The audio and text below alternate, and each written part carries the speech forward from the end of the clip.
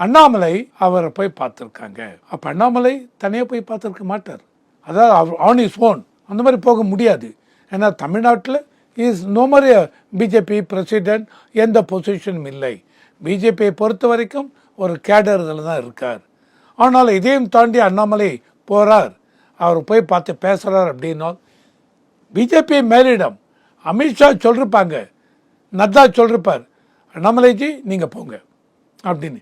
ஏன்னா அவங்க என்னுடைய பிஜேபி மேலிடத்தில் எனக்கு வந்த தகவல் பிரகாரம் அண்ணாமலை இந்த தேர்தலை பொறுத்த வரைக்கும் ஒரு முக்கியமான பொறுப்பாளராக இருக்க போகிறார் தமிழ்நாட்டில்.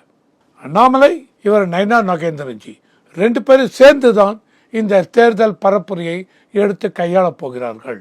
அதனால் 2 பேருக்கும் ஈக்குவல் இது கொடுக்க போகிறாங்க. Nayana Nagendran BJP unit Tamil Nadu president. ஆனால் அண்ணாமலை தேர்தலை பொறுத்த வரைக்கும் மக்கள்கிட்ட எங்கே போனாலும் அண்ணாமலைன்னா அப்படி ஒரு கூட்டம். ஒரு மீட்டிங்கில் பேசுகிறோன்னா அண்ணாமலை எழுந்துக்கிறாருன்னு அப்படி ஒரு ஆரவாரம். இப்போ சொல்கிறோம் இல்லையா, விஜய்க்கு ஒரு ஆரவாரம். அன்றைக்கி பார்த்தீங்க